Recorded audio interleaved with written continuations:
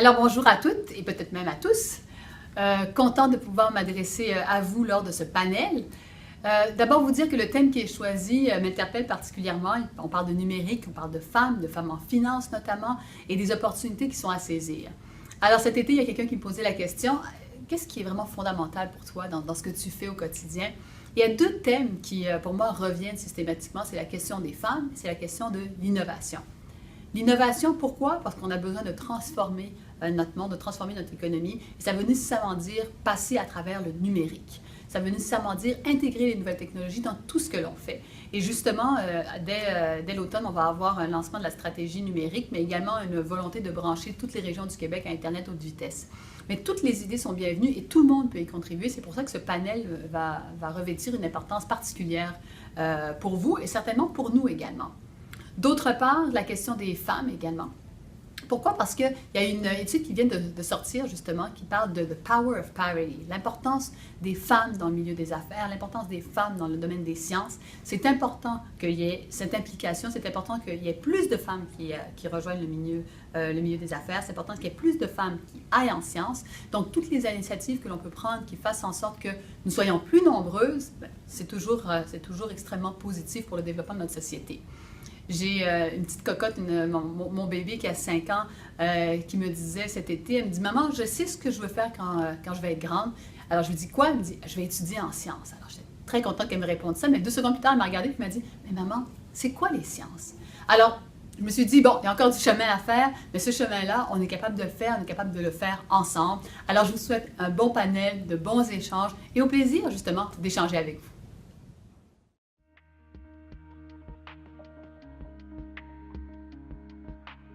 Lorsqu'on pense à science, femme, un nom qui nous vient très souvent en tête, c'est Marie Curie. Donc un modèle, 2 prix Nobel, etc., etc. Mais ce n'est pas la norme, c'est vraiment l'exception. 75-76% des professeurs titulaires dans nos universités, ce sont des hommes. Les grandes chaires de recherche du Canada, sur 28 chaires allouées au cours des 2 dernières années, il y en a seulement une qui a été allouée à une femme, chercheuse à l'Université McGill. On veut de plus en plus aller vers une société du savoir. On parle beaucoup d'intelligence artificielle, on parle beaucoup de numérique.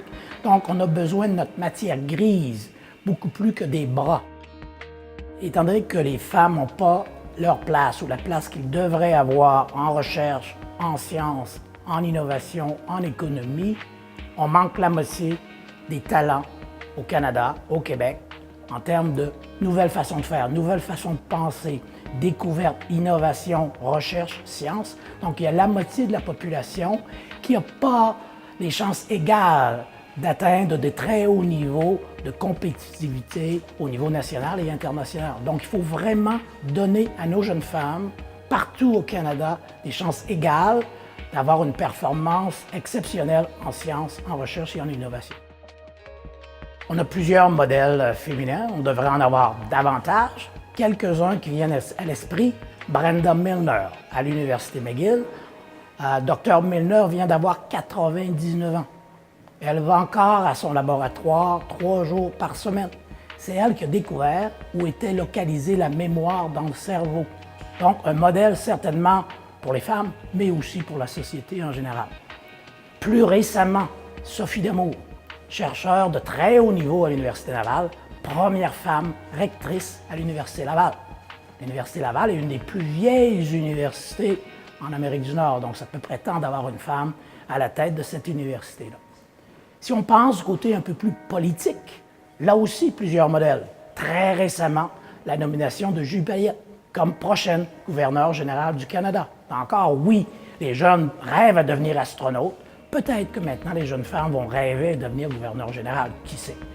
Aussi, Christy Duncan, ministre de la Science au gouvernement fédéral, aussi chercheur de formation, qui maintenant est du côté politique. Et finalement, ici, au Québec, ma patronne, Dominique Anglade, ingénieure de formation, qui est maintenant réussit très, très bien en politique. Donc, vraiment de dire oui, la science, la recherche, et aussi le volet politique et la place des femmes un peu partout dans notre société. Et ces femmes-là, Milner, Damour et autres, c'est vraiment des modèles pour la génération future. Au Fonds de recherche du Québec, on veut modifier nos programmes pour qu'ils soient de plus en plus adaptés à la réalité d'aujourd'hui. Donc, une jeune femme aux études doctorales puisse faire des allers-retours, donc prendre une pause de quelques mois, avoir un enfant, démarrer une compagnie, travailler en famille, donc vraiment faire des allers-retours dans les programmes de formation. Certaines universités sont très flexibles, d'autres un peu moins, donc on espère qu'avec la flexibilité ajoutée des fonds de recherche du Québec, ça va nous permettre d'aller beaucoup plus loin et de s'assurer que la majorité des femmes, des jeunes femmes qui entreprennent des études graduées, terminent leur diplôme de maîtrise, de doctorat ou d'études postdoctorales.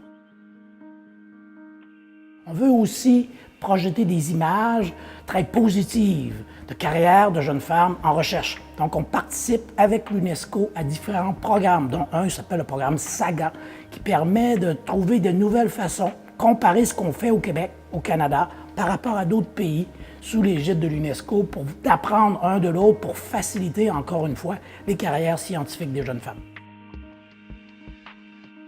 Et pour tout le monde, dans la salle ici aujourd'hui ou à l'extérieur, un événement à ne pas manquer à Montréal en novembre, du 6 au 8 novembre à Montréal, le Gender Summit. Donc vraiment une réunion de participants de partout à travers le monde qui vont discuter de la place des femmes dans la société, la place des femmes dans une société du savoir, l'intérêt, comment stimuler l'intérêt pour la science, pour l'innovation. Donc on vous y attend tous.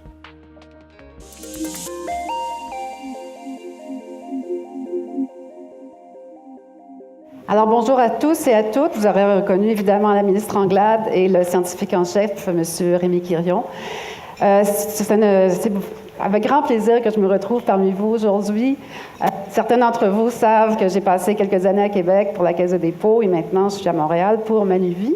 Alors, j'en profite pour saluer mes collègues d'ailleurs de Manuvie qui sont ici pour m'encourager, M. Michel Paquette et Rosie Keikos. Alors, bonjour à tous. Sans plus tarder, je vous présente un panel. Nicole disait tout à l'heure que c'est rare qu'on retrouve des femmes dans les milieux scientifiques, dans les mathématiques, techniques. Eh bien, aujourd'hui, on va vous faire démentir tous ces préjugés parce que ces 4 femmes-là, justement, se démarquent, se sont démarquées, se démarquent encore aujourd'hui par leur persévérance, je dirais, dans des domaines vraiment particuliers. En face de moi, donc, j'ai Mme Sylvie Paquette, qui est diplômée de l'Université Laval en actuariat et qui détient les titres de Fellow de l'Institut canadien des actuaires et de Fellow de la Casualty Actuarial Society. Elle a rejoint le mouvement Desjardins en 1984 et a occupé divers postes avant d'être promue en 2008, première vice-présidente exécutive et directrice générale de la division Assurance IARD, ainsi que présidente et chef de l'exploitation de Desjardins Groupe Assurance Générale. Sous sa direction, d'ailleurs, Desjardins est passé du 7e au 3e rang des plus importants assureurs de dommages au pays. Elle a pris sa retraite du mouvement Desjardins en décembre 2016, mais demeure toujours très active en tant que membre du conseil d'administration d'Intact. Et je vous rappelle qu'elle était également coprésidente de la campagne Centraide de 2017, avec qui j'ai eu le bonheur de collaborer. À côté, Mme Sophie Damour, que vous connaissez, qui détient un baccalauréat en génie mécanique, une maîtrise en administration des affaires et un doctorat en mathématiques de l'ingénieur. En avril dernier, elle est élue rectrice de l'Université Laval, devenant ainsi la première femme à occuper cette fonction. Bravo, Mme Damour. Professeure au département de génie mécanique à l'Université Laval depuis 1995, Mme Sophie Damour possède une vaste expérience de l'enseignement supérieur, de la recherche et de la gestion universitaire, tant au Québec qu'à l'international. Elle siège sur de nombreux conseils et compte plus de 130 publications scientifiques à son actif. Elle est membre de l'Académie canadienne du génie et a récemment été nommée International Fellow de l'Académie royale suédoise de l'agriculture et de la foresterie. Madame Valérie Bécard est titulaire d'un doctorat en génie chimique de Polytechnique Montréal en modélisation environnementale. Qu'est-ce que ça veut dire? Elle va nous dire. Elle est directrice des partenariats et de la mobilisation des connaissances de l'Institut de valorisation des données, plus communément appelé IVADO, qui rassemble l'expertise de plus de 1000 scientifiques œuvrant à valoriser économiquement et socialement des données de toute provenance et de toute forme. Elle a débuté sa carrière en tant que chercheur dans le domaine de l'analyse du cycle de vie, un outil puissant qui modélise l'impact potentiel des activités humaines sur notre environnement. Par la suite, elle a été directrice du Centre international d'expertise sur l'analyse du cycle de vie et cofondatrice du Centre interdisciplinaire en opérationnalisation du développement durable, dont elle a été la directrice. Et enfin, la dernière, mais non la moindre, Mme Marie-France Ouimet, qui détient un baccalauréat en informatique de gestion de l'UQAM. Elle est chef stratégie de données à la Banque nationale et c'est elle qui a développé la toute première stratégie de données de la Banque, la pratique de gestion de qualité de données, en plus d'avoir mis en place le cadre de gouvernance des données qui assure l'enlignement, l'évolution et le déploiement de la stratégie. Mme Ouimet dirige également le programme de gestion de données maîtresse qui permet de bâtir la vue unique, complète et à jour des clients de la banque et ainsi d'offrir une expérience client et employé distinctive tout en améliorant la gestion du risque et l'efficacité opérationnelle. Bref, c'est la Big Brother de la Banque nationale. C'est un peu ça. On parle d'éthique, tout à l'heure. Absolument. Je vais commencer par l'importance, on disait tout à l'heure, puis je pense que c'est le scientifique en chef qui disait à quel point, puis Mme Anglade disait à quel point c'est important d'intégrer la technologie dans notre vie de tous les jours. Pour plusieurs d'entre nous, la technologie propose des solutions simples, mais efficaces, et on le voit beaucoup maintenant dans le secteur de la finance. En fait, on dit que l'innovation de la technologie, on va investir davantage dans le secteur financier au cours des prochaines années que même dans tous les secteurs, incluant le manufacturier.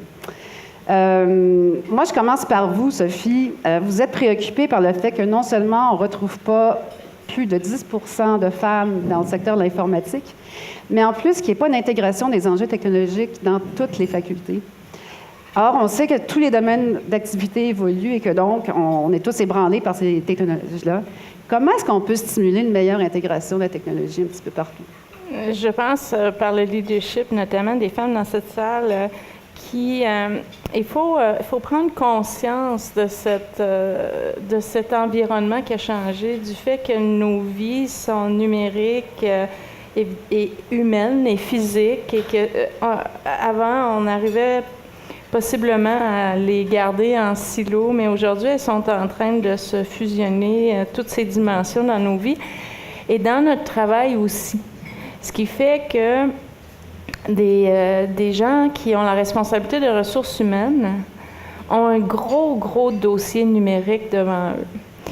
Les gens qui ont le dossier de la santé ont un gros défi de numérique devant eux. Ce qui fait que dans toutes les disciplines, on doit s'approprier les enjeux, les comprendre et accepter et avoir envie, comme femme notamment, de prendre le leadership, si ce n'est pas du développement technologique, du moins de l'usage qu'on va en faire. Ça me préoccupe beaucoup de penser que les grandes décisions, la gouvernance de nos entreprises, de nos services publics et compagnie vont se faire sans le regard des femmes sur cette question bien précise de l'usage du numérique. Qu'est-ce qu'on va en faire? Comment on va faire pour pas s'éloigner de nos clients parce qu'on utilise les technologies numériques, mais plutôt s'approcher? Comment on va faire pour apporter des solutions à des groupes plus marginalisés par un usage intelligent des ressources numériques? Et toutes ces questions-là, on ne peut pas les évacuer, puis on peut pas demander seulement aux ingénieurs et aux informaticiens de trouver les réponses. Ce qui fait que pour moi, je pense que dans les années à venir, toutes les disciplines vont être interpellées. Le défi que l'on a, c'est que les femmes, et c'est documenté, vivent un syndrome de l'imposteur quand elles se présentent ou devant une situation où elles doivent prendre une décision et il y a un enjeu technologique. Et elles disent « Ouais, mais je ne comprends pas la technologie. Donc, je ne comprends pas la technologie ou je n'ai pas la maîtrise de la technicité derrière ça, donc je ne vais pas prendre la décision. » Mais il faut avoir l'ambition de prendre ces décisions-là. Elles vont transformer toutes nos organisations. Et les femmes qui sont ici dans cette salle, plusieurs d'entre vous êtes sur des conseils d'administration. Vous savez, un défi qu'on a sur les conseils d'administration, c'est qu'il y a trop peu d'expertise en technologie, de l'information en numérique. On ne se priverait jamais d'un comptable sur un conseil d'administration. Hein? On les aime, c'est pour ça. Mais je peux vous dire que les organisations qui se privent de l'expertise numérique prennent de grands risques, de très, très grands risques, des risques d'affaires, tout d'abord, parce qu'ils risquent de voir aller des concurrents avec des modèles d'affaires puis se dire « Mon Dieu, on n'y avait jamais pensé ». Des risques financiers parce que les investissements sont importants. On va investir dans ces secteurs-là comme on n'a jamais investi, puis pour lequel on n'aura pas de regard critique et puis pour lequel on peut prendre des décisions très mauvaises. Et des risques de réputation. Parce que la cybersécurité, c'est pas tout le monde. On va avoir des spécialistes de données qui ont envie d'utiliser les données à bon escient. Donc, en conclusion, oui, on fait face à un défi où on doit mobiliser plus de jeunes femmes à s'intéresser à la dimension technologique. On est bloqué à 11 %. C'est fou, là, c'est des années. En informatique, on n'arrive pas à en séduire plus que 11 % de la population étudiante. Là, maintenant, ce qu'on fait, puis ça, c'est excitant, puis après, j'arrêterai. À la maternelle, les jeunes garçons et les jeunes femmes apprennent à coder. Ils ne savent pas encore écrire, mais parce qu'on a développé les codes de couleurs et avec des petits robots boules, on fait des trajectoires et on code avec des couleurs et on voit le robot se déplacer. Donc là, il y a une génération pour qui la barrière ne sera pas la même que ce qui a été pour ma génération. Mais il y a ce défi-là de technique, mais il y a très clairement, puis celui-là, on l'oublie, on le laisse un peu dans l'ombre, mais c'est celui d'avoir un plus grand nombre de femmes qui posent un regard critique sur l'usage du numérique dans nos sociétés, pour nos services publics comme pour les services d'affaires. Et ça, Sophia, on va y revenir tout à l'heure parce que c'est vraiment une question qui préoccupe tout le monde ici. Marie-France, c'est l'une de vos préoccupations aussi, puis c'est un enjeu que vous travaillez tous les jours à la banque. Vous avez étudié en sciences pures et vous vous êtes retrouvée au Cirque du Soleil. Oui. Alors, comment est-ce qu'on réconcilie les technologies et les arts de la scène, par exemple, et aujourd'hui, les produits bancaires? Trouvez l'erreur. Bien, en fait, justement, il n'y a pas d'erreur, puis je pense que ça rejoint le point que vous soulevez aussi. Je pense qu'une des façons d'attirer les gens, c'est de réaliser que la technologie et la science est partout autour de nous depuis toujours, davantage avec les outils numériques. Mais moi, j'ai eu une belle opportunité au cirque à appliquer un domaine qui me convenait, dans lequel j'avais un intérêt, dans lequel j'avais étudié, mais que j'ai pu appliquer dans un domaine créatif, super flyé, à monter des choses. C'était dans le temps où est-ce qu'on bâtissait tous les spectacles à Vegas. Donc, j'ai eu l'opportunité d'allier mon volet plus peut-être rationnel ou un peu plus scientifique à un domaine d'affaires très, très créatif, puis d'amener ça dans les spectacles. On a livré les premiers outils pour aider à faire le show à tous les soirs aux régisseurs de spectacles. Donc, je pense que des exemples comme ceux-là donnent la visibilité à tout ce que tu peux l'appliquer dans tous les domaines. On parlait de l'éducation ou la santé. Donc, je pense que ça serait une des façons d'encourager tout le monde, pas juste les femmes, mais les gens qui ont peut-être un petit peu plus réfractaires à la science, que ça s'applique vraiment partout. Donc, pour le cirque, ça a été plusieurs années à amener la technologie dans les spectacles, dans une institution plus créative de spectacle. Et puis ensuite, à la banque, bien, c'est la même chose, c'est d'appliquer encore là la technologie sur du développement de produits, l'expérience client améliorée. Donc, pas juste dans les systèmes informatiques, au contraire, vraiment dans le volet de tous les processus de l'organisation. Et près du client, évidemment. Oui. Sylvie, vous avez été à la tête d'une des plus grandes entreprises d'assurance du Québec. Vous avez vécu le virage technologique, numérique. Comment ça s'est passé chez Desjardins? Puis quels défis ça posait comme gestionnaire? Bien, il y a un mot que tu utilises, c'est le virage. Si je regarde, ça fait au-dessus de 20 ans que les institutions bancaires, les assureurs de personnes, les assureurs de dommages investissent dans le numérique. On n'appelait pas ça le numérique à l'époque, mais c'est ce qu'on a fait depuis 20 ans. Est-ce que le virage s'est fait? Moi, je dirais, le virage ne s'est pas fait. On a mis en place les éléments pour que le virage se fasse. On parle beaucoup ce matin, puis on en parle encore aujourd'hui, être centré client, orienté client, mais la majorité de nos entreprises ne l'étaient pas et en parlent depuis peu. Donc, comment peux-tu faire un virage numérique si tu n'es pas orienté client? Fait que ça, c'est des morceaux.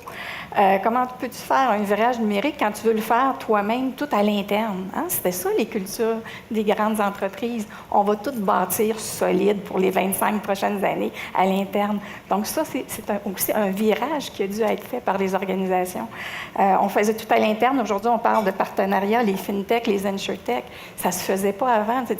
Je regardais les entrepreneurs ce matin qu'on entendait parler, mais il faut travailler avec eux. Donc, je pense que les 20 dernières années, dans la très grande majorité de nos entreprises, ce qu'on a mis en place, c'est les morceaux pour que le virage se fasse. Puis aujourd'hui, c'est l'effervescence dans toutes les grandes entreprises, dans toutes les petites entreprises, parce que les morceaux commencent à être là, puis le client le demande également. Mm-hmm. Et dans tous les domaines, je peux parler de financier, assurance, mais c'est dans tous les domaines. Tout à fait.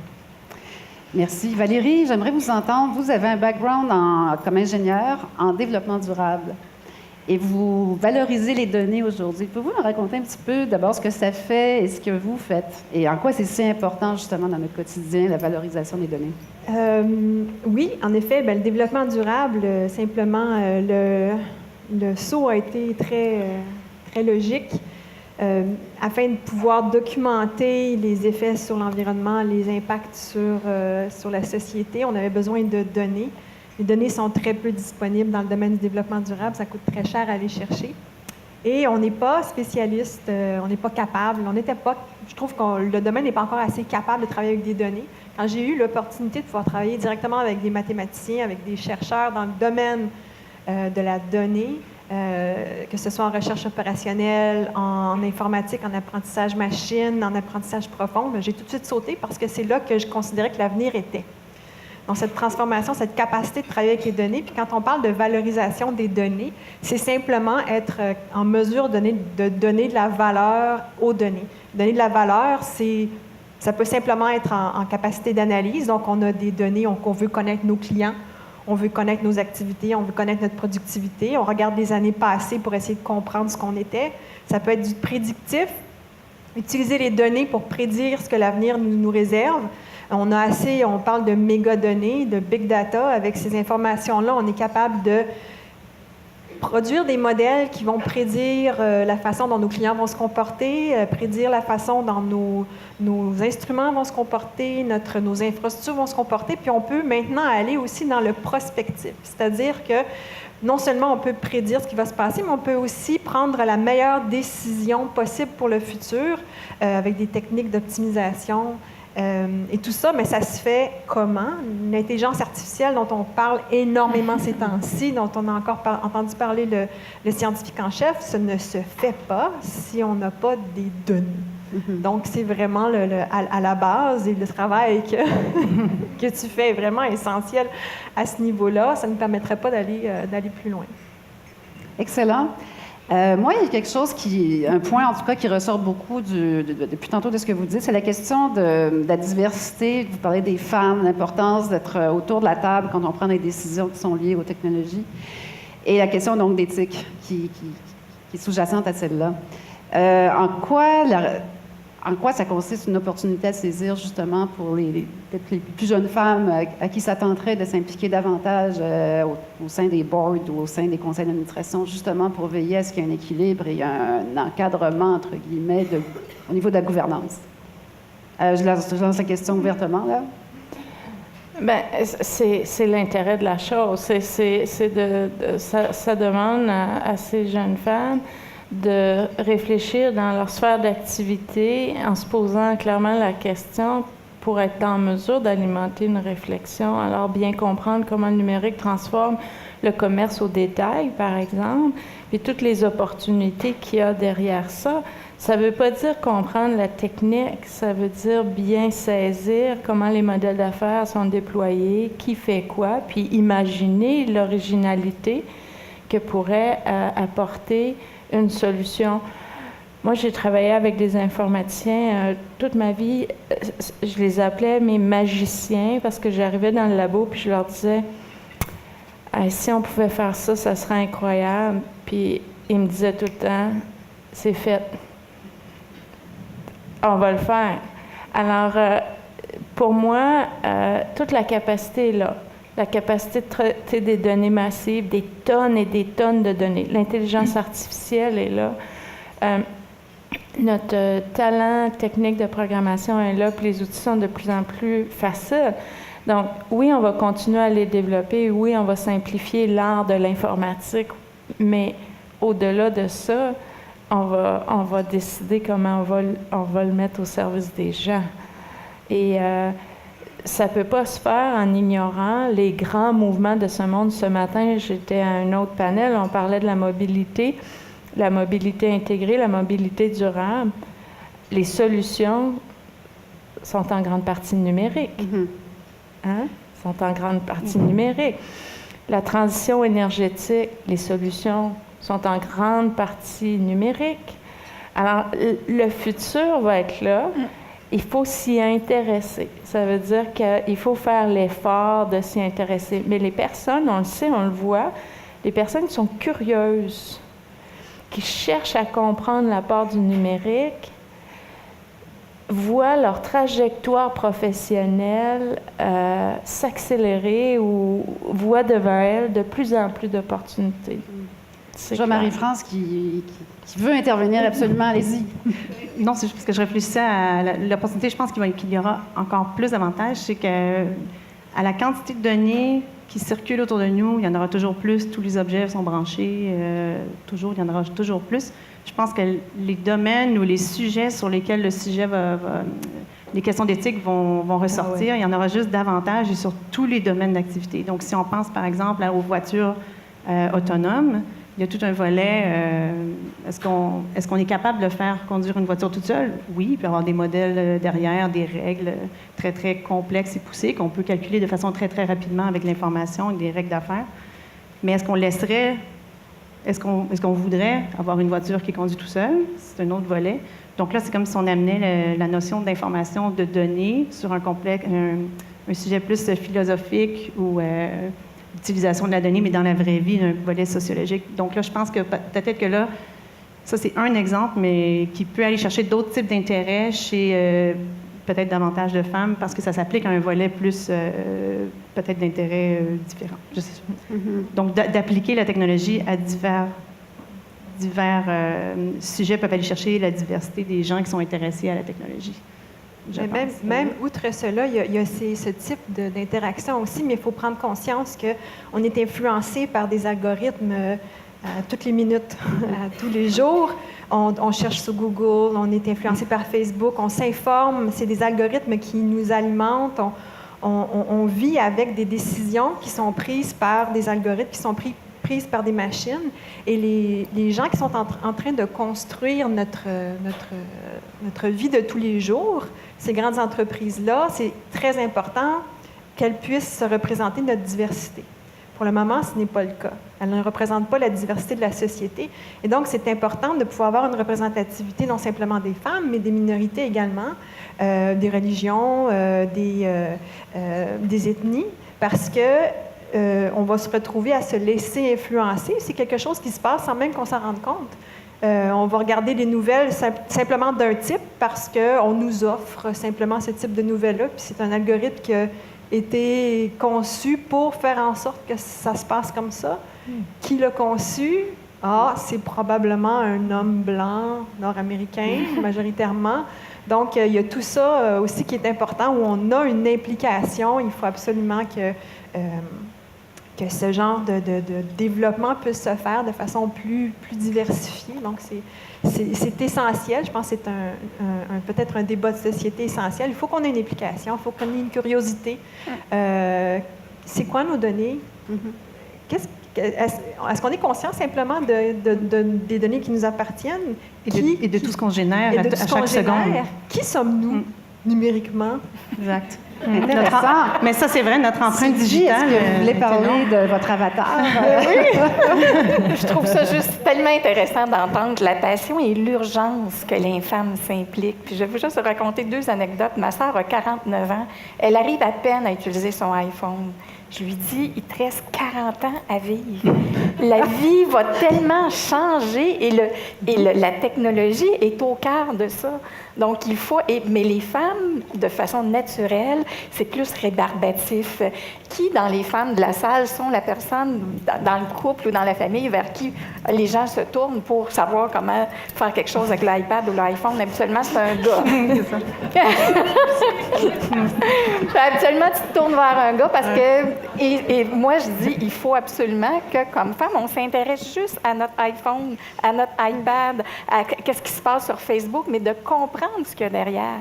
Parce que si on n'a pas l'intérêt, la curiosité, après, comment peux-tu... Puis, tu sais, ça part du iPod, hein? Tu sais, ça part juste de quelque chose de très simple qui est dans notre quotidien. Mais quand tu ne l'as pas pour ton quotidien à toi, qu'est-ce que tu vas pouvoir influencer dans la société?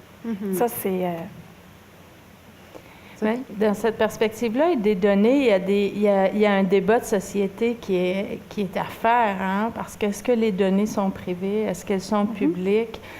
Et les différentes nations vont avoir différents points de vue sur cette question-là, mais on comprend bien que quand on construit de grands entrepôts de données publiques, on est capable de déployer des services publics d'une plus grande qualité, des services plus intégrés, une proposition qui est différente. Quand on décide que non, les données sont privées, puis qu'on laisse aussi notre espace numérique complètement ouvert à des entreprises internationales qui vont venir de partout, venir puiser les données, les exploiter de différentes façons, on va avoir à trancher sur cette question comme société. C'est inévitable. Et il va falloir prendre une position. Et là, je pense qu'on ne peut pas. Ça, c'est un bel exemple où je me dis, et je les adore, là, les informaticiens et informaticiennes du Québec, mais ils ne peuvent pas prendre cette décision-là sans le reste du groupe, le reste des citoyens et citoyennes de Québec. Je pense du Québec. Je pense que c'est un exemple, un élément qui plaide pour cette diversité puis cet intérêt. Puis par ailleurs, sur les données, hier, je m'amusais à lire quelques trucs, puis je suis tombée sur une étude, puis probablement vous avez lu cette chose-là sur Facebook, 10 millions d'échanges Facebook, 52 000 comptes qui ont été étudiés par les chercheurs et qui ont recensé les informations transmises et puis ils les ont genrées. Ce que disent les hommes sur Facebook, ce que disent les femmes sur Facebook. Et c'est 2 univers. Ces 2 univers, les femmes vont parler d'amour, de bonheur, de joie, de famille, vont transmettre une émotion, vont faire ça de façon très claire. C'est très clair, là, il n'y a pas c'est pas des peut-être, c'est ça. Les hommes vont parler de victoire, vont parler de soccer, vont parler d'éléments de conquête. Ils sont dans un autre registre. Les registres sont très différents. Et ça laisse des traces dans cette grande méga-base de données qui, après, va être utilisée pour nous offrir toutes sortes de services, de couleurs. Mais j'ai trouvé ça intéressant. Parce qu'on voit bien, juste l'usage de Facebook dans la communication, il est genré. Il est genré. Donc, on peut imaginer toutes sortes d'autres technologies numériques qui vont l'être aussi. D'où l'importance d'ouvrir justement ces domaines-là à des femmes, à toutes sortes de nationalités, etc. Qu'est-ce qu'on fait justement quand on dit que les femmes sont trop peu nombreuses dans ces domaines? Comment est-ce qu'on fait pour ouvrir, leur permettre, puis vous l'avez dit, c'est très difficile d'aller au-delà de 11 %, mais il n'y a pas juste l'informatique, il y a d'autres branches aussi. Que fait-on justement pour faire éclater ces bastions traditionnellement masculins? Question ouverte. Ben, l'éducation a un rôle à jouer. Il faut qu'on amène dans nos curriculums beaucoup plus d'ouverture, beaucoup plus de réflexion par rapport aux transformations anticipées dans toutes les disciplines. On doit soutenir cette discussion-là pour la rendre plus évidente, puis modifier nos curriculums, ça c'est clair. En parler sur Facebook. Hein? En parler sur Facebook. Mais c'est sûr qu'il faut qu'on change la façon dont on présente nos programmes aux étudiants et étudiantes. Puis plus on va être plus on est dans des disciplines, plus on a des formations qui sont en silo, plus c'est difficile. Mais plus on aura des programmes de formation qui sont axés sur des défis de société, qui vont mobiliser le développement de leaders, d'agents de changement dans nos sociétés. Là, l'interdisciplinarité va émerger, puis la question du numérique va être là, comme la question économique, comme la question sociale, comme la question technologique. Puis là, on pourra avoir, je pense qu'on va être un peu plus intéressant.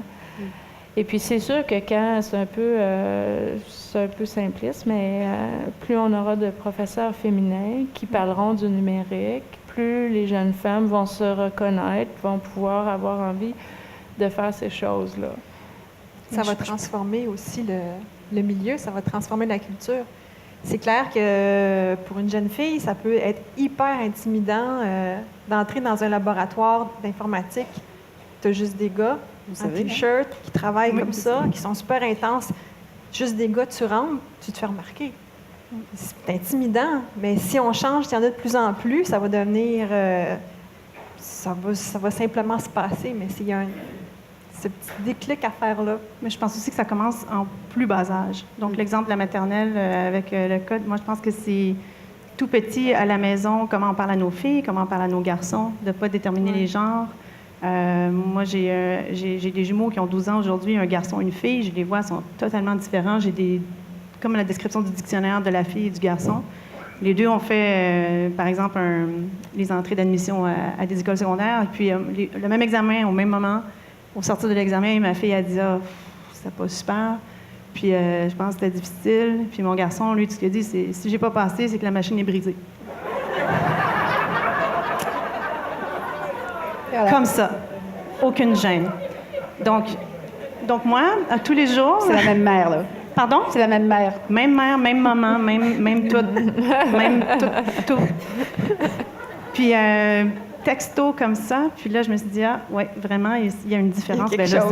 C'est une échantillon de 2, on s'entend que c'est pas représentatif. Mais, c'est pas des données massives. Non, on n'est pas dans le big data, là. Anyway. Donc, tout ça pour dire que avec ma fille et mon garçon, j'assure que dans les deux côtés, justement, tous les sujets... Bien, j'essaie. Je dis ça, j'ai des billets, moi aussi. Mais que mes discours, autant plus féminins que masculins, soient égaux pour les deux. Les jouets pour les deux, pour que tout soit ouvert le plus possible. Puis, une simple chose, comme elle commence l'école secondaire, justement, il y a 2 semaines, et puis le prof de sciences que j'avais eu il y a toutes ces années... il s'aperçoit que c'est ma fille, puis là, il se souvient de moi. Donc là, elle a une connexion avec son prof de sciences. Ah, là, le cours de sciences, c'est le meilleur cours du monde entier. J'étais là, c'est bon. Au moins, elle n'aura pas la barrière. Oui, la barrière. Donc là, c'est quelque chose d'ordinaire et de normal. Mais je pense vraiment que c'est dans chaque seconde qui passe à tous les jours de se rendre compte que la science, c'est pas quelque chose d'à côté, c'est quelque chose on est fait de matière, on interagit, les données sont partout. Je pense que c'est tout petit, toujours, juste de démystifier ou puis de ressortir partout où ça peut être appliqué, pas juste dans les domaines plus stricts. Et d'en prendre conscience. Comme le spectacle, en prendre conscience, oui. Autant dans les domaines moins scientifiques, typiques. Mais il y a une grande dimension créative de création parce que aujourd'hui, toutes ces technologies de rupture qui sont devant nous, on est beaucoup dans l'assemblage. Puis c'est incroyable là, ce qui va se passer. On est à un moment, que ce soit dans le domaine de la santé, on a ouvert un laboratoire sur l'impression 3D dans le médical. Jusqu'à maintenant, puis là, je caricature, on achète des prothèses de remplacement, des petits médiums larges. dans pas grand temps, on fera plus ça. Là. On va numériser notre besoin, notre forme, la hanche qu'on a besoin, et on va la produire sur mesure. Puis on peut le faire ici au Québec, puis on peut maîtriser cette technologie. Donc, on est en train de faire ces choses-là. Et ça, c'est du numérique, c'est de l'informatique, c'est de l'usage de ces technologies-là pour la santé, c'est du développement d'affaires, c'est du service social. C'est franchement, en tout cas pour moi, là, c'est excitant. La première fois que j'ai vu l'impression 3D, vous savez, je ne sais pas, est-ce qu'il y a des gens qui font du manufacturing ici? C'est peut-être pas bien populaire dans ce groupe-là. Mais pas à bonne grade. Dans mon autre gang, là, on fait beaucoup de ça, du manufacturier. Puis, ça prenait, pour faire certaines pièces de véhicules ou d'avions, ou peu importe, ça prend une pièce remplie de machines ici différentes. Puis aujourd'hui, c'est une machine qui a la taille à peu près du stage ici, qui va la produire d'un coup, puis qui va produire une pièce qu'on était vraiment certaine qu'on était incapable de faire. Et on a fait au CRIC, il y a eu un patient qui a eu un trauma crânien, qui a eu une fracture, un trou dans le crâne, et puis j'avais dit aux gens, je dis, si vous voulez qu'on vous croie, qu'on peut faire ça dans le médical, ben faites-la à la pièce. Puis ils ont pris l'imagerie du trou, de la fracture, et ils ont reproduit exactement la pièce que ça prenait pour cette personne-là. Donc, on s'en va là, puis ça, c'est juste un secteur. En éducation, c'est la révolution. Les jeunes Indiens, si vous avez lu The Economist récemment, c'est une technologie canadienne. Ils apprennent les mathématiques sur une tablette, puis à un moment donné, la tablette comprend le concept qui n'est pas compris. Hein? Le jeune, il fait les jeux, il fait les réponses, il avance, puis l'algorithme dit, cet enfant-là, là, il ne comprend pas Pythagore. Ça fait 10 fois qu'on lui présente des triangles, puis il n'est pas capable de faire les mesures. Alors, il prend une autre stratégie pour lui enseigner ça. Et ce qui fait que dans les régions où on utilise ces technologies-là, les mathématiques, l'apprentissage des mathématiques là, est en train de prendre, on accroît la littératie numérique d'une façon significative. Donc, c'est dans l'éducation, c'est dans nos ménages, chez l'aide à domicile. Les robots aujourd'hui collaboratifs, avant, dans notre tête, un robot collaboratif, c'est les robots qui ne sont pas dans des... Moi, j'appelle ça les robots qui ne sont pas dans une cage, là. C'est pas dans une usine. Ils sont avec nous dans notre vie. Avant, on les programmait. C'était compliqué, là. Puis, il fallait mettre la petite carte. Puis, je sais pas si c'est pas simple. Aujourd'hui, on prend le robot, on lui fait faire ce qu'on veut qu'il fasse. On lui montre, là. Puis après, il est programmé, il le fait. Alors, vous pouvez vous imaginer comment ça va révolutionner nos vies, là. Ça arrive, là. Alors, on ne peut pas s'intéresser à ça parce que l'aide à domicile, c'est une question qui a intéressé les femmes, beaucoup. Pas juste les femmes, mais beaucoup les femmes. Alors, on va-tu se priver de tout cet élan technologique? En éducation, l'exemple qu'on donnait sur l'éducation, c'est un exemple très, très précis de la grande présence des femmes dans l'éducation, mixée avec la technologie. C'est une des opportunités qui sont là pour aller beaucoup améliorer ce secteur-là aussi, puis s'investir dans ce volet. Mesdames, c'est passionnant. Moi, je pense qu'il y a peut-être des questions dans la salle qu'on pourrait prendre parce que ça va intéresser tout le monde, ça nous concerne tous. Alors, ne vous gênez pas. Sinon, je vais désigner des volontaires. Est-ce qu'il y a quelqu'un qui ose se lever? Bon, on va continuer la conversation, finalement. Sylvie, qu'est-ce que ça veut dire? J'allais juste peut-être ajouter à ce qui se dit là, il y a les futurs corps. Il faut absolument se soucier des jeunes pour les influencer. Puis après, il y a nous.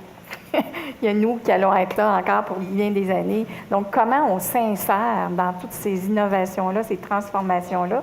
On n'est pas obligé d'être des scientifiques puis d'être des technologues, mais il faut juste avoir l'ouverture. On parlait d'ouverture, de curiosité. C'est essentiel. C'est juste ça. Puis si juste nous, on peut être plus curieux, aller prendre un petit cours chez Apple pour nous devenir plus habiles. Je pense qu'après, c'est les idées qui arrivent avec, en entendant, en lisant, en se formant. C'est essentiel que les générations de la 30, 40, 50, 60, on s'implique aussi, là. Chacun à notre façon.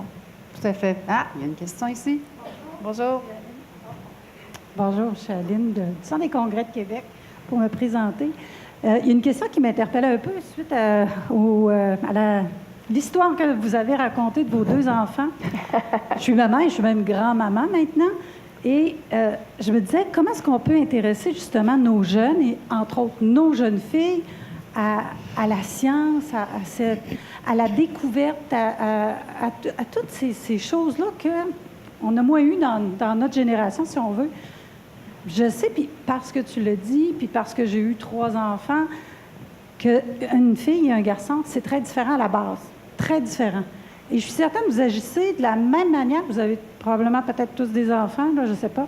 Mais vous agissez de la même manière avec vos enfants, mais le résultat n'est pas le même. Qu'est-ce qu'on peut faire en tant que parent pour aider à développer ce côté-là de créativité au niveau des sciences, de recherche, de curiosité, parce que les filles sont aussi curieuses que les garçons d'une autre façon, mais y a-t-il des trucs qu'on devrait regarder? Parce que ça, on n'en parle pas. On veut que ça change, mais comment le changer à la base? Alors, je ne sais pas s'il y a des pistes de solutions, à part de dire qu'il faut que je sois égale d'un côté et de l'autre. Et encore là... Il faut donner l'exemple. Oui. Moi, j'ai 2 garçons. J'ai pas un bon échantillon. Mais je me rends compte que c'est en donnant l'exemple, puis que les enfants vont probablement développer une curiosité. Si on démontre nous-mêmes une curiosité, ou si on pose des questions, ou si on a cette ouverture familiale-là à essayer de comprendre le monde, je crois que l'enfant va être aussi porté à se poser des questions puis à être plus curieux. Et puis, je me permets de revenir un petit peu sur ce que j'ai dit plus tôt quand je dis que c'était... Oh, on m'a coupé le sifflet. Non. Quand je parlais de diversité, quand on va parler de ces questions-là d'éthique et de fabriquer notre société numérique, il y a des gens, peu importe ce qu'on va faire, qui n'ont pas l'intérêt, qui n'ont pas le mindset non plus pour s'intéresser à ce type de questions-là. Et ça, c'est tout à fait normal. On ne va pas transformer notre société parce que tout à coup, on a de la technologie qui devient disponible. C'est important que ça soit le plus démocratisé possible. C'est important que les gens soient curieux. C'est important de rendre le plus transparent toute cette transformation-là, mais aussi prendre conscience qu'il y a des gens qui ne vont jamais adhérer au numérique, qui ne vont jamais s'intégrer nécessairement à tout ce qui est la vie artificielle, la vie numérique. Puis ça fait partie de la société, ça fait partie de notre richesse. Puis ça, c'est aussi accepter notre enfant qui tu voudrais qu'il soit musicien, mais il chante faux. Qu'est-ce que tu veux faire? Donc, Marie-France? Oui, en fait, je rejoins ton point pour revenir sur les jumeaux. Donc oui, on grandit dans le même environnement et tout. Par contre, je rejoins ton point que personnellement, moi, c'est d'exposer ce qui est là, ce qui existe pour qu'il puisse soit là, que ce soit accessible. En fait, c'est ça mon défi, c'est pas faut que tout le monde accroche à ça, mais je veux juste pas qu'il y ait de barrière, puis je pense à mentionner transparence ou que ce soit juste là et si ça intéresse l'enfant, fine, tant mieux, il pourra consommer. Puis c'est vraiment, moi, en tout cas perso, comme ça, chez nous, c'est vraiment... ce qui a changé ça chez nous, c'est beaucoup les débrouillards, les petits magazines pour enfants. Je trouve vraiment génial. Donc, toute la suite... Et génial aussi. Et génial, c'est vrai, on écoute ça en famille. C'est super le fun. Grand-maman, grand-papa, les enfants. Puis donc, c'est pas tant dans tout le monde aimait les sciences, plus que c'est là, puis c'est normal, comme tout le reste, d'aller jouer dehors au parc. Exactement, l'exposure. Il y a une autre question ici, oui? Oui, bonjour, je suis Nathalie Houle, je travaille au Mouvement des Jardins, mais je suis aussi sur le conseil de l'Ordre des CPA. Et ma question est principalement la rapidité des nouvelles technologies, mais aussi parfois la lenteur, par exemple, puis je vous vise, on se regarde, de changement dans les programmes universitaires. Je sais que vous avez une grande volonté là-dessus, mais souvent c'est long. C'est long aussi au niveau des gouvernements de changer les choses. Moi, je trouve que les technologies viennent pas mal plus vite, ça m'inquiète. Je pense que les petits bouts de chou de maternelle, c'est bien, mais c'est dans 20 ans qu'ils vont être notre relève. Comment on fait pour aller plus vite? Je pense que Sophie, c'est naturel de répondre. Oui, j'aimerais tellement ça, avoir la réponse. J'aurais 5 ans devant moi là, qui serait fantastique. C'est un bon défi. C'est un bon défi de transformer les programmes, d'amener cette vitesse-là. Mais il faut comprendre aussi qu'à l'université, on réfléchit sur l'usage des technologies. Ça fait partie du travail, en grande partie. Mais il faut avoir cette proximité, il faut avoir des salles de pédagogie qui soient plus dynamiques, plus interactives. Il faut qu'on ait ces plateformes technologiques. On les a beaucoup pour la recherche. On a des univers en recherche là, qui vous impressionneraient ici, parce que moi, ça m'impressionne tout le temps, des technologies très, très avancées qui n'existent pas encore. Évidemment, on est tout le temps en avance. Mais dans les salles de classe, on n'a pas toujours le state of the art pour l'enseignement. Puis ça, c'est un défi. Il faut constamment. Alors, je pense des journées comme ça, mais on en tient avec les responsables publics de l'enseignement supérieur pour les conscientiser aux défis puis aux besoins d'investir aussi dans les infrastructures numériques. Une des choses un de nos défis, et je vais l'expliquer, ceux qui sont en comptabilité, vous comprendrez bien, dans une entreprise privée, on peut capitaliser l'investissement pour développer un actif informatique. Dans les écoles publiques, dans le public, le gouvernement met des règles. C'est pas les lois comptables qui nous empêchent de faire. On dit non, on veut pas. Alors, on capitalise le béton, mais on capitalise pas l'actif informationnel qui est lié aux technologies. C'est un blocage là, pour nous. Là, ça limite. Nos budgets d'investissement ne peuvent pas aller là. Alors ça, faut régler ça. Alors, on a besoin de comptables pour nous aider à convaincre le gouvernement que c'est une bonne idée pour tout le monde. Il reste encore du temps pour 2 questions. Je vois Bruno qui désespérément lève sa main depuis tantôt. Est-ce que c'est lui? Non. Alors, d'autres personnes là-bas, oui, au fond. Merci beaucoup, Nathalie Quirion du Parc technologique à Québec. Merci aux panélistes. Pour la question de la vitesse, je pense qu'un forum comme aujourd'hui, c'est de prendre acte de ce qui se dit. On l'a mentionné à plusieurs reprises ce matin. On est tous concernés par la chose. Et je pense que si de plus en plus on s'y intéresse puis on le porte dans nos milieux respectifs, ça peut contribuer à faire en sorte d'accélérer l'appropriation. Et l'autre élément pour les jeunes, qu'est-ce qu'on fait avec les jeunes? À Québec, on a l'opportunité d'avoir déjà des milieux où il y a des choses qui se passent. On a parlé beaucoup du milieu universitaire. Bon, je vais parler pour ma paroisse, mais je pense que c'est une considération régionale. Il y a dans le parc technologique des sociétés depuis une trentaine d'années qui développent la technologie, qui passent du stade des laboratoires dans le côté appliqué, qui vont vendre partout à l'international. Et ça, c'est des emplois qui sont disponibles maintenant et dans le futur. Alors, je pense que de prendre conscience de ce qui existe régionalement, d'en parler à nos jeunes, il y a des visites qui peuvent s'installer. Alors, on est je dirais régionalement, on est à revoir comment on a parlé beaucoup de briser les silos, comment on peut s'intéresser, que le côté finance, aujourd'hui, qui parle tant du numérique, je pense que c'est dans ce croisement-là qu'on peut faire bouger les choses plus vite dans le futur. Et moi, je lance le défi à tout le monde. Je pense que, personnellement, j'œuvre depuis pas loin de 20 ans dans le milieu de la haute technologie. Je me sens, à 45 ans, concernée par moi-même l'appropriation de ce que je fais du numérique dans mon quotidien. Je trouve qu'on a l'opportunité de surfer sur une vague en se disant, si on part aujourd'hui avec on se donne dans un an, on se donne rendez-vous, puis qu'est-ce qu'on a fait de l'apprentissage? J'aime bien, moi, qu'on se lance des défis. Je vous le lance, là. Alors, comment on va prendre acte de tout ça, puis faire bouger Québec Merci, sur Nathalie. cette question? On comprend bien que tu seras des nôtres l'an prochain. Est-ce qu'il y a une autre question, Shirley? Oui. Bonjour. Alors, j'ai une question pour vous. Je ne sais pas si...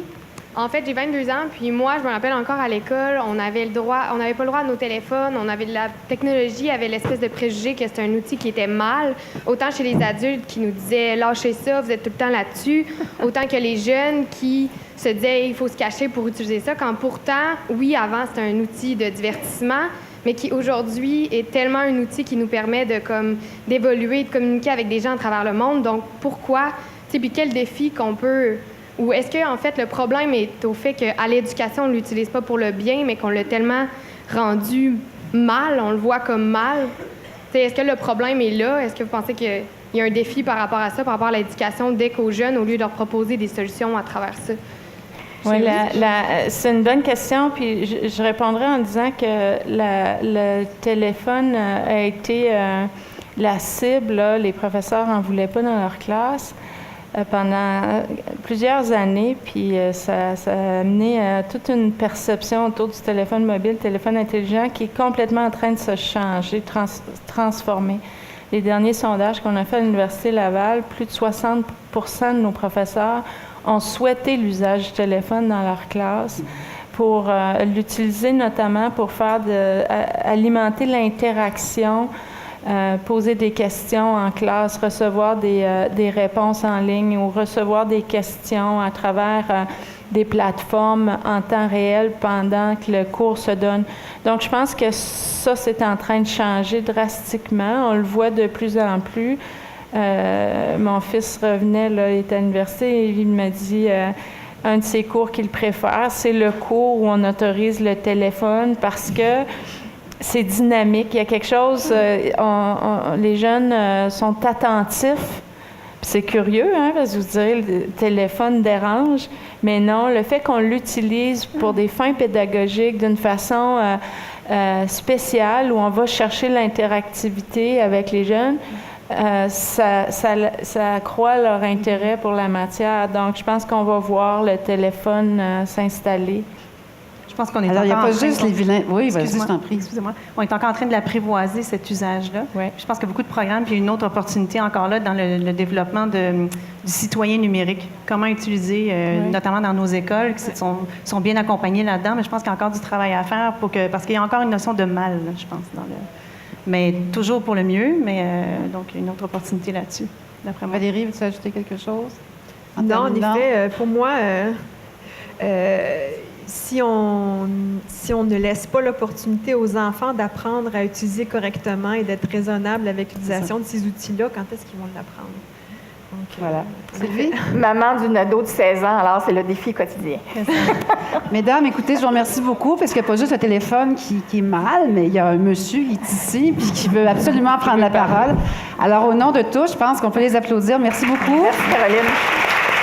Merci bien. C'est bon. Je vais me permettre de me mettre devant vous. En passant, ils l'agrandissent puis appellent ça une tablette, puis c'est correct maintenant dans les écoles. Donc, merci beaucoup à Caroline. Merci beaucoup au panel. Le sujet du numérique, j'espère que la conclusion que vous avez, c'est que c'est pas plate, que ça a été rassurant pour vous autres, puis même attirant. J'espère que ça a été attirant de montrer que ça va faire partie de la vie. Entre parenthèses, en fin de journée, en Californie, c'est la journée du iPhone cette année. Vous regarderez qu'est-ce qui sort de neuf. Ça, c'est peut-être... j'ai droit au téléphone, moi, j'ai pas de problème. Donc, merci à ceux qui sont venus ce midi. Ceux qui sont avec nous cet après-midi, vous descendez de 2 étages, en tout cas dans le sous-sol, là, et les 2 salles sont là. Pour toute l'après-midi. Ils appellent ça premier étage, mais d'un côté, c'est le 2e sous-sol. Si vous rentrez de l'autre côté, c'est le rez-de-chaussée. C'est ça. Donc, c'est à 14h. Donc, merci beaucoup d'être venus et à la prochaine. Est-ce que tu vas bien ce soir, Sophie?